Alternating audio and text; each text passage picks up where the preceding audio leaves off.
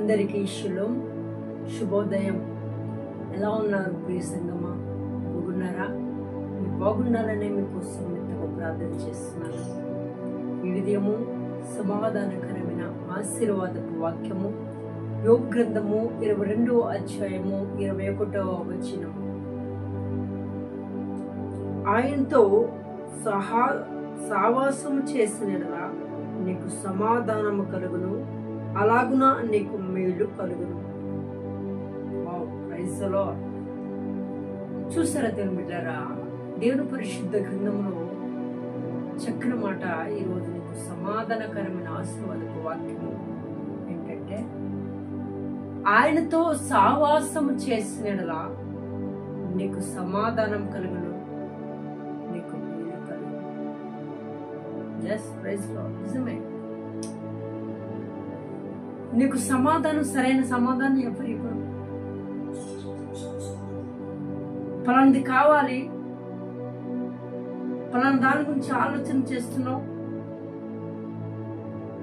పలానా దాని గురించి ఎవరైనా ఎక్స్ప్లెయిన్ చేస్తారని చూస్తున్నావు, కానీ ఎక్కడ నీకు సరైన సమాధానం దొరకదు. ఎవరు చెప్పరు, కానీ సమాధానకర్త ఒక దేవుడు ఉన్నాడు. ఆయనే నజరేయుడైన యేసుక్రీస్తు ప్రభువు. ఈయనకి బిరుదులిచ్చారు. ఏలైనగా నీకు శిశువు అనుగ్రహించబడను, నా ఆలోచనకర్త, ఆశ్చర్యకరుడు, సమాధానకర్తకు అధిపతి. నువ్వు ఇన్ని రోజులుగా సమాధానం లేకుండా ఉండలేము.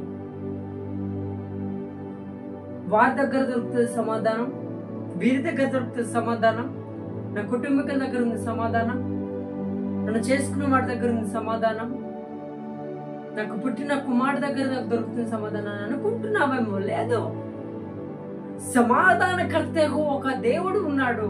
ఆయనే నేను ప్రకటిస్తున్న యేసుక్రీస్తు ప్రభువు. ఈ సమాధానం రావాలంటే ముందు నువ్వేం చేస్తున్నావు?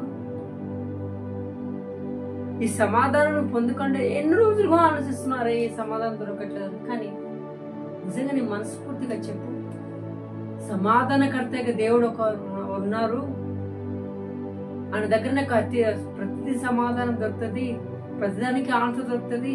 నేను ఏది చేయాలో ఏది చేయకూడదు ఆయన దగ్గర ఆన్సర్ ఉందని నువ్వు ఒక్కసారి గ్రహించావా? లేదు, స్వార్థంగా జీవిస్తున్నావు, స్వార్థపూరితంగా ఆలోచిస్తున్నావు. నీ అవసరం కోసం దేవుడు అంటున్నావు, నీ అవసరం తీరిన తర్వాత దయ్యానికి పోతున్నావు. కానీ నీకు ఆపద కలిగినప్పుడు, నీకు వేదన కలిగినప్పుడు, నీకు దుఃఖం కలిగినప్పుడు, నీకు అవమానం కలిగినప్పుడు, నీకు నింద కలిగినప్పుడు నీకు సహాయం చేయగల ఈ సమాధానకర్తకు అధిపతి నీ గుర్తున వస్తాడే. అవసరాలు తీరిన తర్వాత ఈ సమాధానకర్తకు సమాధానం నీ దగ్గర దొరుకుతున్నా చెప్పిన దేవుడిని ఎట్లా మర్చిపోతావు? ఇది స్వార్థము కాదా?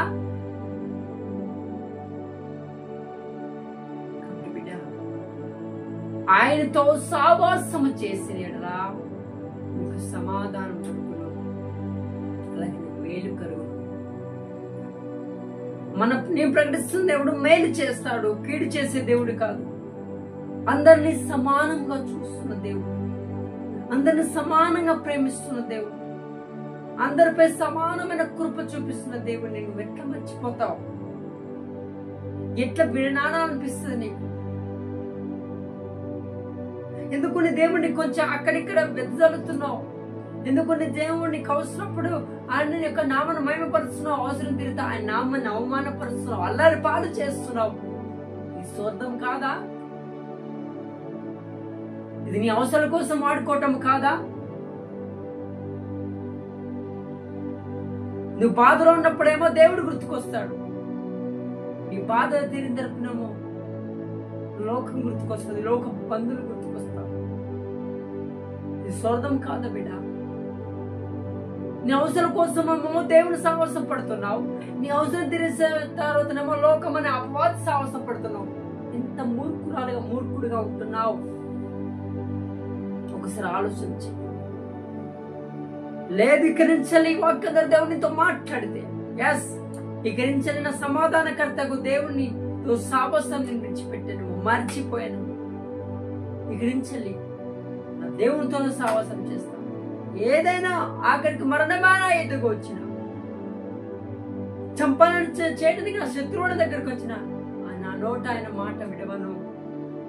నా కళ్ళు ఆయన మందిరానికి పోకుండా నేను మరణాన్ని ఒక తీర్మానంగా అనుకుని తీసుకుంటే దేవుడి యొక్క కృప నీ మీదకి దిగి రాబోతుంది.